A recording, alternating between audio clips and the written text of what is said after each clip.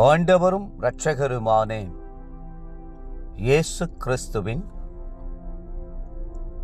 ஈடு இணையற்ற நாமத்தில் அன்றன்றுள்ள அப்பம் வாசகர்களுக்கு எங்கள் அன்பின் வாழ்த்துக்கள். 2026 ஆண்டு பிப்ரவரி மாதம் 19ஆம் தேதி வியாழக்கிழமைக்குரிய தின தியானம்.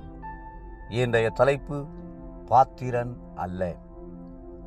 ஆதியாகமம் 32:10 சொல்கிறது, அடியேனுக்கு தேவரீர் காண்பித்த எல்லா தயவுக்கும் எல்லா சத்தியத்துக்கும் நான் எவ்வளவேனும் பாத்திரன் அல்ல. யாக்கோபின் இந்த வார்த்தைகளை திரும்ப திரும்ப வாசித்து பாருங்கள். யாக்கோபின் உள்ளம் எப்படிப்பட்டதென்பதை இதிலிருந்து நாம் அறிந்து கொள்ளலாம். அவருடைய உள்ளத்தில் மிகவும் அதிகமான தாழ்மை இருந்தது. நன்றி அறிதலுள்ள ஸ்தோத்திரமும் இருந்தது. தாழ்மையும் துதியும் கர்த்தருடைய இருதயத்தை உருக பண்ணுகிற குணாதிசயங்களாகும். தாழ்மை உள்ளவர்களையே கர்த்தர் உயர்த்தினார் என்பதை நாம் வேதத்தில் அநேக இடங்களில் காண்கிறோம். தாவீதின் தாழ்மையை பாருங்கள். தாவீது கர்த்தருடைய சமூகத்திலிருந்து, கர்த்தராகிய ஆண்டவரே, தேவரீர் என்னை இதுவரைக்கும் கொண்டு வந்ததற்கு நான் எம்மாத்திரம், என் வீடும் எம்மாத்திரம் என்று சொல்லி தன்னை தாழ்த்தி பணிந்து கொண்டார். 2 சாமுவேல் 7:18. சாலமோனை பாருங்கள். இப்போதும் என் தேவனாகிய கர்த்தாவே, தேவரீர் உமது அடியேனை என் தகப்பனாகிய தாவீதின் ஸ்தானத்திலே ராஜாவாக்கினீரே.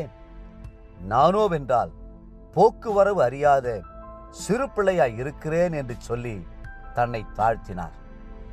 1 ராஜாக்கள் 3:7.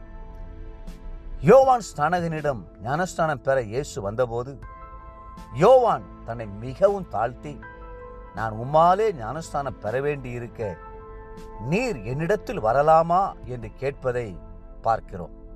மத்தேயு 3:14. 100க்கு அதிபதியை பாருங்கள். ஆண்டவரே, நீர் என் வீட்டுக்குள் பிரவேசிக்க நான் பாத்திரன் அல்ல. ஒரு வார்த்தை மாத்திரம் சொல்லும், அப்பொழுது என் வேலைக்காரன் சொஸ்தமாவான் என்றான். மத்தேயு 8:8. கானானி ஸ்திரியை பாருங்கள். அவள் தன்னை தாழ்த்தி, மெய்தான் ஆண்டவரே, ஆகிலும் நாய்க்குட்டிகள் தங்கள் எஜமான்களின் மேஜையிலிருந்து விடும் துணிக்கைகளை தின்னுமே என்றாள். மத்தேயு 15:27. அப்போஸ்தலனாகிய பவுல் தன்னை தாழ்த்தினதை பாருங்கள்.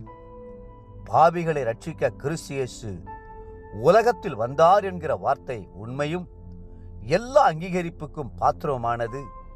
அவர்களில் பிரதான பாவி நான். 1 தீமோத்தேயு 1:15. யார் யாரெல்லாம் தங்களை தேவ சமூகத்தில் மிகவும் தாழ்த்துகிறார்களோ அவர்களையெல்லாம் கர்த்தர் நிச்சயம் ஆசீர்வதிப்பார். உங்களுடைய உள்ளத்தில் எப்போதும் துதியும் ஸ்தோத்திரமும் இருக்கட்டும்.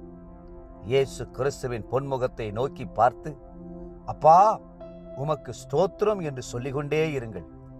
அப்போது உன்னத்துக்குரிய சகல ஆசீர்வாதங்களையும் நீங்கள் சுதந்தரித்துக் கொள்வீர்கள்.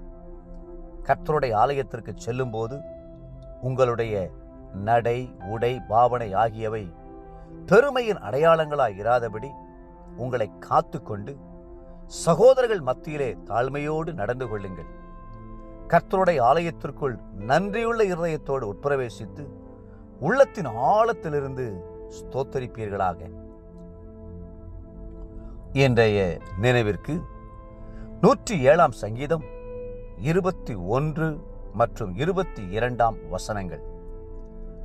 அவர்கள் கர்த்தரை அவருடைய கிருபை நிமித்தமும் மனுப்புத்திரருக்கு அவர் செய்கிற அதிசயங்களின் நிமித்தமும் துதித்து ஸ்தோத்திர பலிகளை செலுத்தி அவருடைய கிரியைகளை ஆனந்த சத்தத்தோடே விவரிப்பார்களாக.